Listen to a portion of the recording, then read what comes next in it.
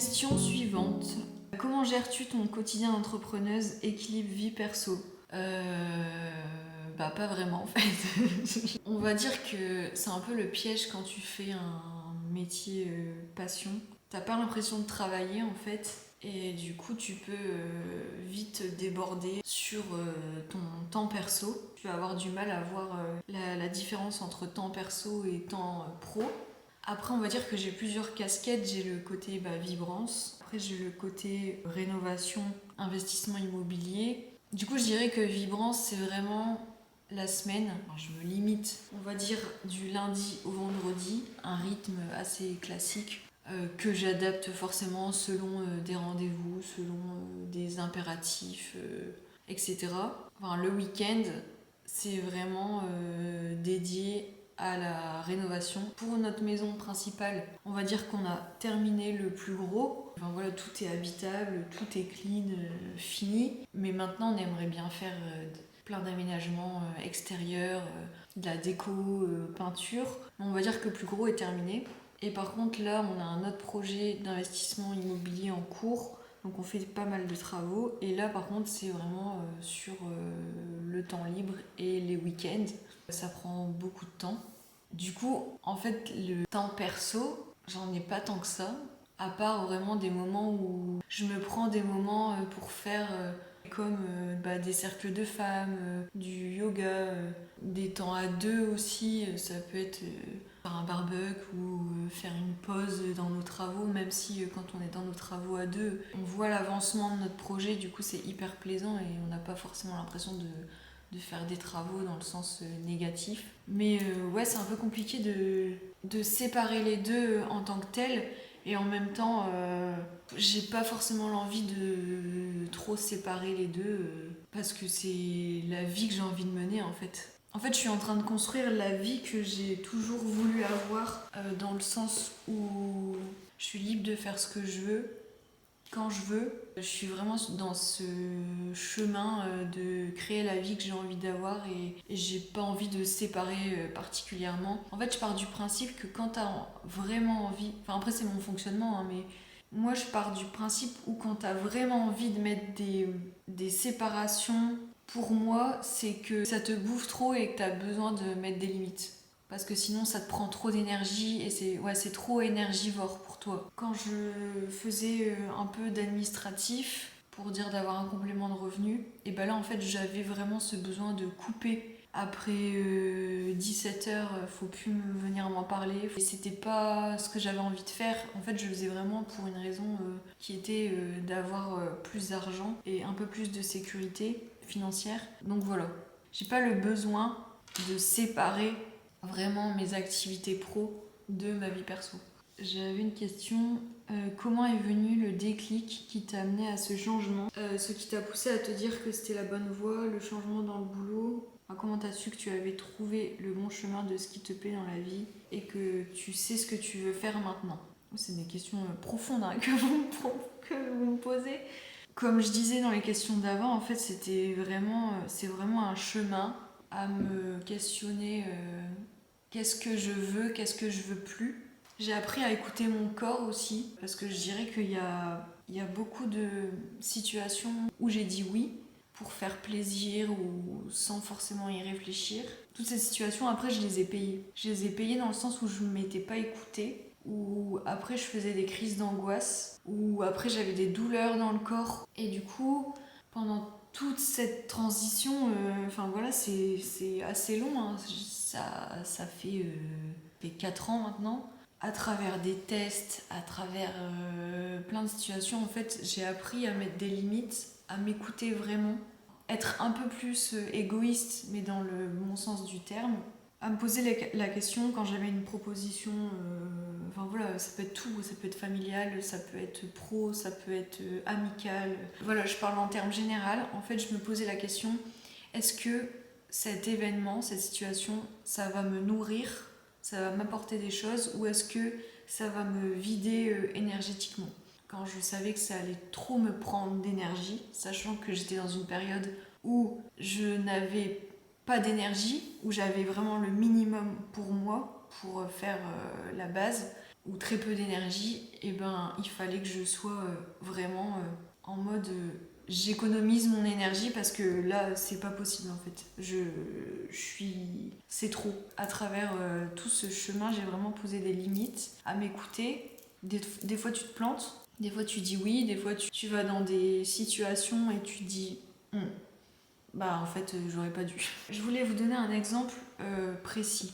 Quand j'ai quitté l'IMO, j'ai travaillé 1 an dedans. Quand j'étais perdue, je me suis remise à me questionner, est-ce que je devrais pas retenter l'immobilier mais de façon autrement, peut-être de façon indépendante pour avoir plus de liberté. J'ai eu plein d'opportunités dans l'immobilier qui sont revenues et avec du recul en fait je me disais c'était un test. T'es sûr de lâcher ce côté immobilier? T'es sûr d'aller dans autre chose? Et j'ai replongé.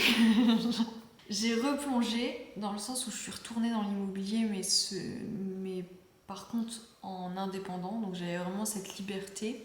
Ça m'a permis de retester, de savoir ce que je voulais vraiment, ce que je voulais plus, et ça m'a apporté plein d'autres choses. Au final, j'ai bien fait d'y retourner parce que j'ai appris plein de choses sur le côté location, alors que ça, j'avais aucune expérience. Mais à un moment donné, ça n'allait plus. Tout le monde me tapait sur le système, les gens me tapaient sur le système. Et c'est comme ça, en fait, que je me suis dit, ok, bah, l'immobilier, je sais que j'en veux plus. Je le veux encore pour mon côté perso. C'est en testant des choses que tu vas apprendre à vraiment savoir ce que tu veux, à me dire, ok, ça, j'en veux plus. Et pour moi, oser faire des choses, il n'y a que comme ça que tu apprends à savoir où tu vas, où tu veux aller. Qu'est-ce que tu as envie de faire de ta vie? Qu'est-ce que tu as envie de... On n'a qu'une vie et on est la seule personne à pouvoir décider de notre vie, de ce qu'on a envie de faire. Et du coup, je me dis, oser, c'est vraiment la clé. Et si tu te plantes, et ben c'est pas grave, tu auras appris plein de choses, tu auras eu une expérience. En fait, toutes les expériences, elles servent dans tous les cas. Et la seconde partie de la question, comment tu as su que tu avais trouvé le bon chemin de ce qui te plaît dans la vie et que c'est ce que tu veux faire maintenant? Bah en fait, j'irai avec toutes ces expériences, j'ai vraiment appris à m'écouter, à écouter mon corps. En fait, je me dis que je suis vraiment à ma place parce que, comme je disais, j'ai pas l'impression de travailler. Ça me demande pas des efforts surhumains où je dois aller contre moi-même, lutter contre ma nature, etc. Et après, ouais, quand je fais des tournages, en fait, je me sens comme un poisson dans l'eau. Je me sens à ma place. Comme là, je prends l'exemple, j'avais tourné la vidéo pour la retraite bien-être de mon amie Julie. Je me sentais à ma place, je voyais les participants. Enfin voilà, en fait c'est inexplicable. Genre, je me sentais profondément bien. Et même quand je me mets dans ma bulle et que je monte, c'est pareil, je passe un bon moment, je me mets dans ma bulle créative, à faire mon montage, à trouver l'histoire que j'ai envie de donner. Là, il y a mon futur documentaire que je suis en train de construire et d'organiser. Bah, c'est pareil, je me mets dans ma bulle et je me sens trop bien à trouver des idées. En fait, c'est évident. Donc voilà, première chose, écoutez-vous, mettez des limites, écoutez votre corps, votre intuition. Comment tu te vois dans 10 ans? J'ai vraiment du mal à me projeter. Déjà dans l'année, j'ai du mal à me projeter. Comme je suis pas encore dans une situation stable, que je me cherche encore, que financièrement c'est pas stable, etc. Bah en fait j'ai du mal à me projeter, à me faire des projets sur le long terme.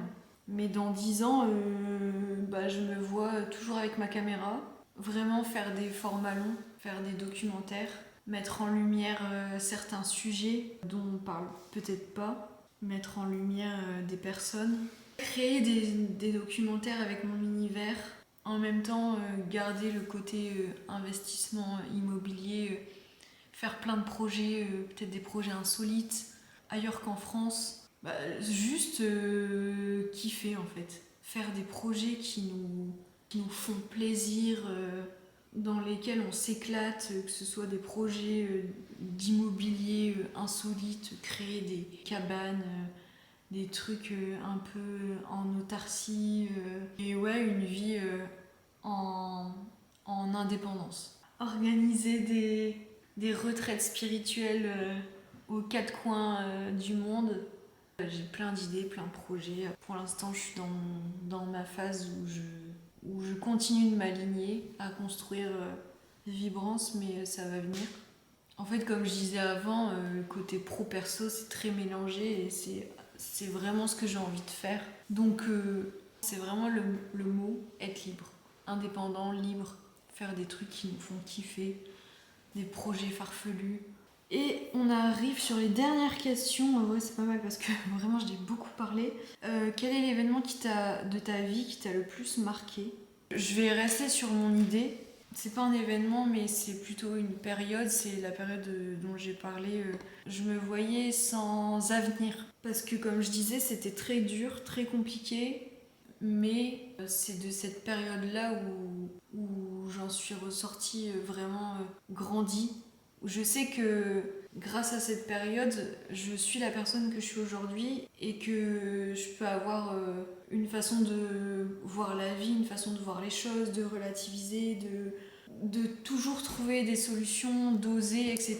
Et ben en fait, toute cette période, elle m'a amenée à avoir cette façon de penser et de faire la personne que je suis aujourd'hui.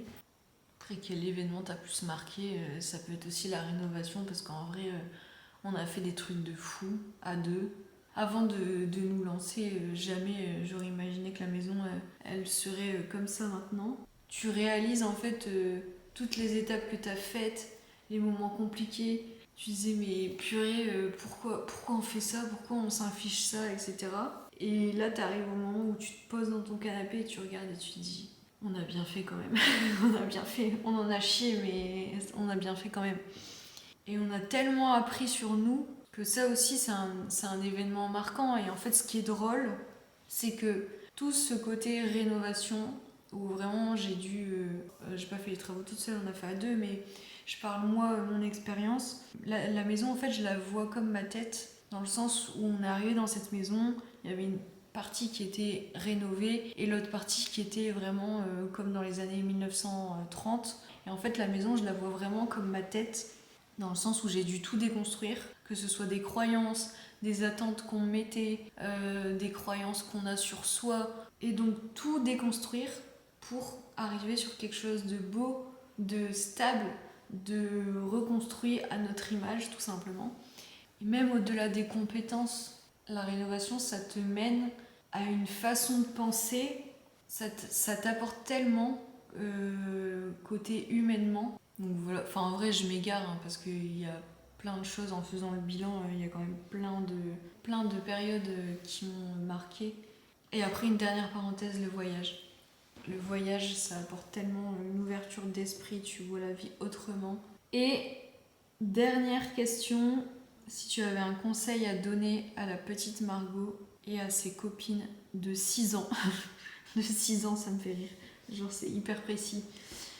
C'est dur hein, de répondre comme ça parce qu'en fait, tous les événements que tu vas vivre, ça va te forger et ça va t'amener à être la personne que tu es aujourd'hui.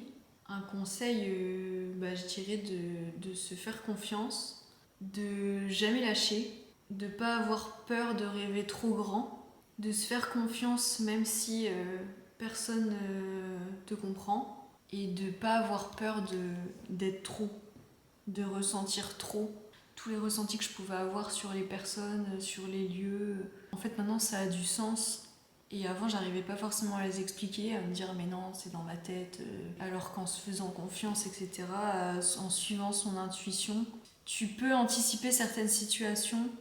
Je vais arrêter cette vidéo, en vrai elle sera déjà très longue je pense. Ça m'a fait vraiment du bien de pouvoir parler librement, comme si j'étais avec des copines en fait. Mais en tout cas, ça m'a fait trop du bien.